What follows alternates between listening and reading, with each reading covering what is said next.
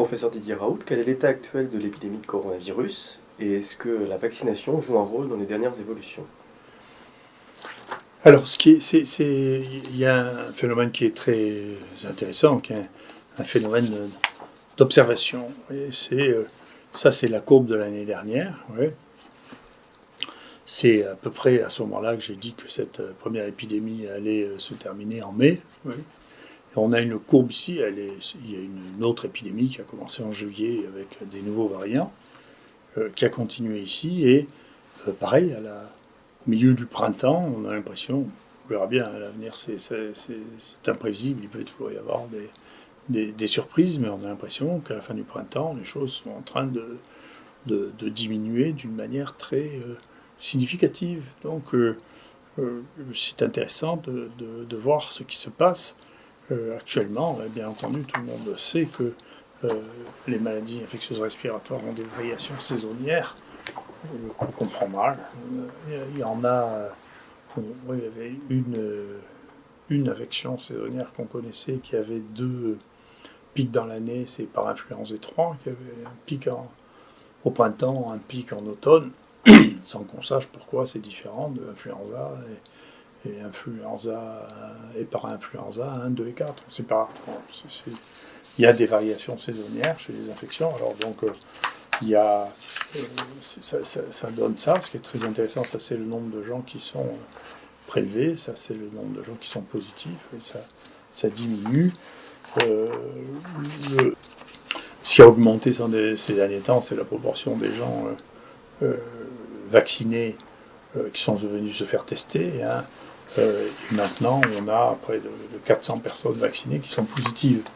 Alors ça aussi, ça descend parce que les vaccinés n'ont pas plus d'infections quand même que la population dans laquelle ça circule. Mais c'est pas une efficacité radicale, quelle que soit la condition. Alors incontestablement,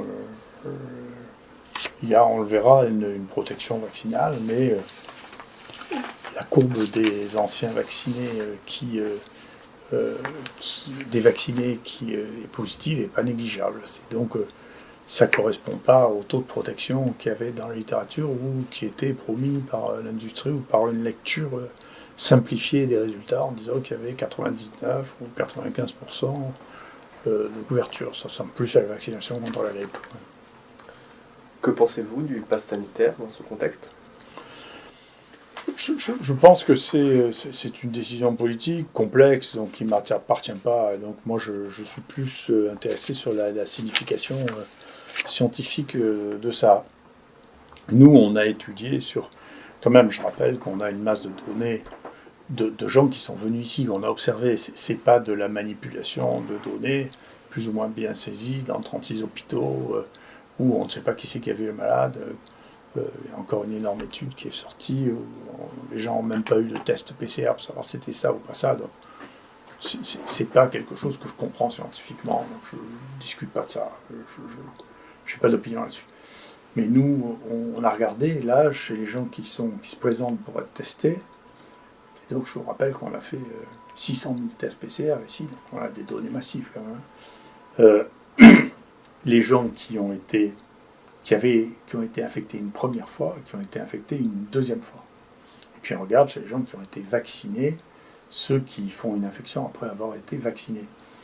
Bien, les infections naturelles sont sur les éléments que nous avons au moins 10 fois plus protectrices que les infections par vaccin. C'est-à-dire que les rechutes sont très rares par rapport aux infections chez les vaccinés. C'est-à-dire qu'en tout, des rechutes depuis le début de ce que nous faisons, c'est-à-dire sur 40 000 personnes, on a une centaine de rechutes. Sur les vaccins, on a beaucoup plus de rechutes parmi les gens qui viennent se présenter pour être testés, on a beaucoup plus de rechutes que l'infection naturelle. Ce qui n'est pas non plus une surprise. La maladie infectieuse, c'est toujours comme ça aussi. Hein, donc on peut toujours... encore une fois, la vie n'est pas un roman, c'est juste la vie. Donc moi, j'insiste beaucoup sur cet aspect de la médecine. Je ne sais pas comment elle évoluera, mais je trouve qu'il y a une tendance de plus en plus à avoir une médecine digitale et virtuelle analysée par des modèles sans que les données soient fiables, c'est-à-dire sans que les gens aient été observés, qu'il y ait eu des tests diagnostiques, et on rentre dans un monde qui est un monde digital qui a une distance parfois incroyable avec la réalité. Alors ça avait été prédit par un philosophe français qui s'appelle Baudrillard, qui avait écrit un livre qui s'appelle Simulacre et simulation, dans lequel il décrivait l'évolution, en 78, il décrivait qu'on évoluerait vers un monde d'hyper-réalité dans lequel la réalité digitale aurait plus que des contacts extrêmement ténus, extrêmement petits avec la réalité. Et un des exemples de ça, qui est devenu l'exemple le plus célèbre de tous, c'est l'exemple d'un restaurant à Londres qui n'existait pas, et 4 farceurs ont commencé à mettre des notes sur TripAdvisor et payer des gens sur TripAdvisor. Et en l'espace de 6 mois, ce restaurant était numéro 1 de Londres, de tous les restaurants londoniens. Et pour mettre fin à la farce, ils se sont filmés dans leur jardin en train d'ouvrir le restaurant. Alors c'est un restaurant où on pouvait avoir des places que sur réservation, ils disaient toujours qu'ils étaient pleins, et ils mettaient des commentaires élogieux, et c'était devenu le restaurant à la mode, le restaurant... Donc ça veut dire qu'il faut se méfier entre la réalité virtuelle et la réalité tangible, et c'est une des raisons pour lesquelles moi je crois beaucoup que l'observation, la saisie des données, directes et non pas médiées par des gens qui n'ont pas vu ce qui se passait et qui prennent des décisions après avec des analyses et des modèles mathématiques dont on arrive assez souvent à leur faire dire ce qu'on pensait à l'avance, représente une évolution de la médecine qui est très dangereuse, qui me paraît extrêmement loin. La médecine, c'est compliqué, ça me fait penser, je pensais à ça, c'est une phrase très célèbre de De Gaulle qui disait je volais vers l'Orient compliqué avec des idées simples. Vous voyez, on ne peut pas aller vers la médecine avec des idées simples. C'est pas simple, c'est compliqué. Chaque humain est différent, on vit dans un écosystème. Les maladies infectieuses, c'est très complexe. On ne peut pas deviner comment ça va se passer. Il faut observer. Une fois qu'on a observé, on peut dire voilà les éléments qu'on a observés, voilà comment on peut faire les choses. Et revenir à de la réalité observée antérieure. Moi, je vois ça pour l'hydroxychloroquine, on voit qu'il y a eu une scission entre les gens qui avaient l'usage de ce médicament et les gens qui n'en avaient pas l'usage, dont on avait l'impression qu'ils n'étaient pas sur la même planète. Nous, quand on commençait ça, il y a des gens, y compris moi, dans mon entourage proche, qui disaient ils vont déclencher un génocide à l'hydroxychloroquine. Je vous promets que c'est vrai, il y a des gens qui disaient ça. Et de l'autre côté, il y avait tous les gens qui ont utilisé dans le monde, l'année où ça a été le plus prescrit, chloroquine et l'hydroxychloroquine, il y a eu 1 milliard de prescriptions dans l'année. C'était avant qu'on cesse de l'utiliser pour le paludisme de façon sématique. Donc, comment un truc avait pu être prescrit à 1 milliard de personnes dans l'année pouvait devenir quelqu'un qui en tuait 10%, et que les gens aient véhiculé cette idée, c'est quelque chose qui est tout à fait spectaculaire et qui montre cette distinction entre la médecine d'ordinateur et la médecine réelle, si vous voulez. Et qui est de plus en plus difficile à voir parce que, y compris les gens qui essayaient de rectifier ça en analysant vraiment les choses sur les évidences, dont un des créateurs de cette association, qui était la Cochrane Library, qui s'appelle Peter Gotch, qui est un Danois, a fini par se faire renvoyer sous la pression de l'industrie pharmaceutique parce que ça ne satisfaisait pas qu'on puisse avoir des analyses qui soient totalement autonomes. Donc, un des créateurs de ça, quand même, s'est fait virer. Parce qu'il avait une attitude qui était beaucoup trop libre vis-à-vis de ce type d'analyse. C'est lui qui a obligé l'Europe à communiquer les données des travaux scientifiques qui avaient été faits, qui avaient permis l'autorisation de la vente des médicaments, alors que jusqu'à son intervention, tout ça était considéré comme du secret commercial. On parle de médecine. Donc le secret commercial qui avait permis aux administrations de valider un médicament pour une situation donnée, c'est quelque chose qui est inimaginable. J'espère bien que quelqu'un fera la même chose pour la décision de l'Europe d'acheter du remdesivir pour le Covid-19. Parce que c'est incompréhensible que l'OMS dise ça ne sert à rien et que l'Europe en achète pour 1 milliard. Alors, je ne sais pas, maintenant, il est envoyé en Inde, je ne sais pas qui le prend en Inde, mais c'est impossible. Donc il y a vraiment quelque chose, il faut avoir les documents pour les lire. Et donc je pense que c'est important. Concernant le pass sanitaire, et donc ce que l'on voit, c'est que si pass sanitaire il doit y avoir, il faut tenir compte des antécédents. Est-ce que les gens ont fait une maladie naturelle?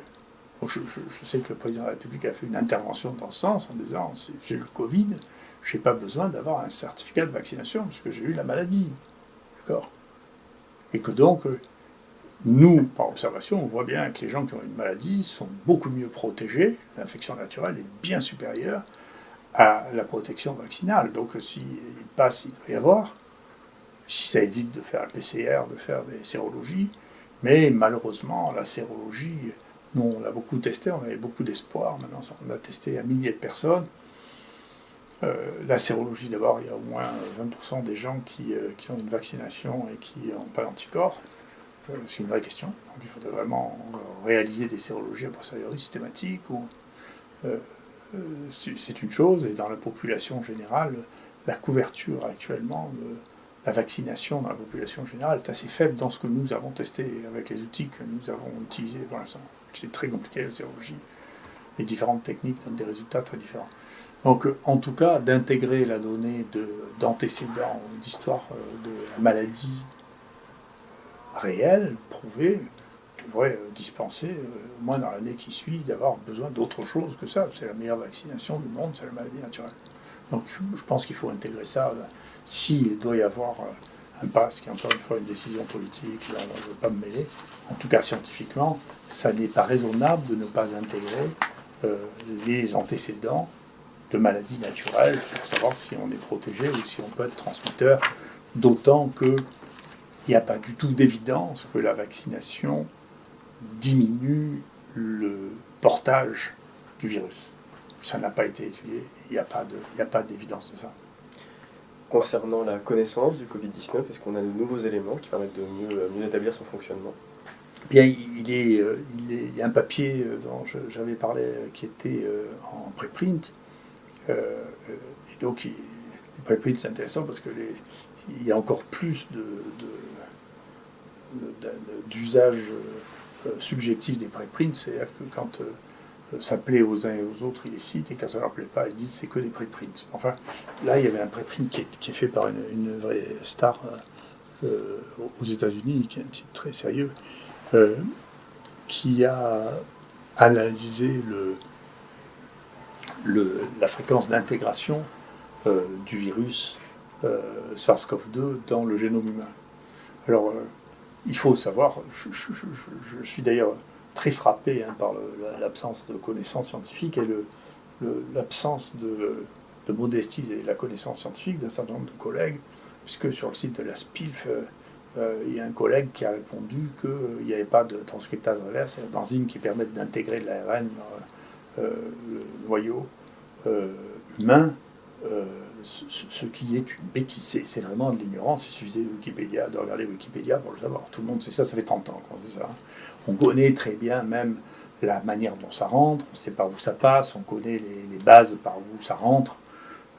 Donc on ne peut pas dire une chose comme ça. C'est ce que disait Jacques Monod. Enfin, Jacques Monod, il disait ça dans les années 50. Donc plus le temps a passé. Donc le dogme c'est l'ADN qui passe par l'ARN, qui va donner les protéines, c'est intéressant. Enfin, c'est complètement dépassé depuis longtemps. Et pas que pour les rétrovirus, pour tout l'homme en particulier. Donc pour ceux qui ne savent pas, parmi mes collègues qui voudraient apprendre, ça s'appelle l'endonucléase Line 1. Voilà, et en particulier, elle est particulièrement active dans le cerveau.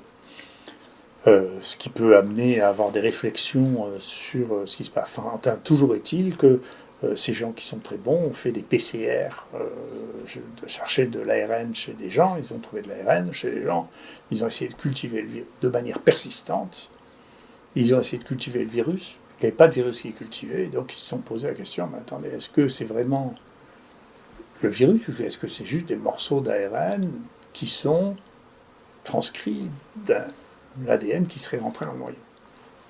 Et ils ont regardé, effectivement, ils ont trouvé d'une part ça dans des culture cellulaire, d'autre part chez ces humains qui étaient PCR positifs. Et donc, celle-là, on ne pourra plus dire que c'est un préprint, c'est sorti dans le PNS. Et si vous regardez bien, c'est sorti dans le PNS, et celui qui l'a communiqué, c'est un des académies Le PNAS, c'est le journal de l'Académie des sciences américaine, et c'est un académicien de l'Académie des sciences qui l'a communiqué dans ce journal. C'est des gens raisonnables, c'est des gens sérieux. Et donc, ça pose une question, ça soulève une question fondamentale qui est très intéressante. Donc, ça fait un moment qu'on travaille sur cette histoire. Mais c'est très compliqué, ça peut peut-être se simplifier. C'est de savoir quelle est la proportion des virus qui s'intègrent maintenant dans le génome humain. Alors, c'est assez. On savait bien que les virus à ADN, comme il y a un herpès virus qui s'est intégré dans peut-être 5 à 10% du génome des humains dans le dernier siècle. Donc, c'est assez banal. Et qui est transmis de parents à enfants. C'est intégré. Il y a un bout de parasite aussi qui fait ça, un parasite brésilien qui s'intègre dans les chromosomes humains et qui se transmet de parents à enfants. Et il faut lire la littérature. On ne peut pas raconter les histoires qu'on vous a racontées à l'école. Ça continue, la science, ça change beaucoup. Hein. Et les dogmes meurent, y compris ces dogmes-là. Et donc, mais pour les virus ARN, ça fait quelques années qu'on voit qu'il y a des virus ARN qui s'intègrent dans le génome humain en passant par l'activité transcriptase inverse des humains eux-mêmes. Mais pour ce virus-là, on ne le savait pas, même si on se doutait que c'était possible, en particulier chez les gens qui gardent ce virus pendant longtemps. Plus ils gardent ce virus pendant longtemps, plus il y a de chance, plus chez les gens chez qui ce virus circule dans le sang, ce qui est assez rare, mais qui arrive, il y a probablement plus de chances qu'il s'intègre. Mais on savait, encore une fois, dans les virus ADN, ça fait très longtemps qu'on sait qu'ils peuvent s'intégrer. Ce qui avait de particulier l'herpès 6, c'est qu'ils se transmettaient aussi dans les cellules germinales, donc ils se transmettaient de mère à enfant. Mais sinon, des virus comme le virus de la mononucléose infectieuse, c'est un virus qui est un virus ADN qui s'intègre assez facilement dans le génome des cellules qui l'infectent. Voilà, donc scientifiquement, c'est très intéressant. Bien sûr, cette crise a développé des moyens scientifiques extrêmement importants, qui nous apprend beaucoup sur l'évolution des humains et des êtres vivants, et qui nous apprend que ça a beaucoup plus de malléabilité que ce que l'on imaginait, c'est-à-dire qu'il y a des virus qui rentrent, on savait qu'il y avait plus de 10 000 rétrovirus intégrés dans le génome des humains, avec quelques-uns qui nous séparent des gorilles.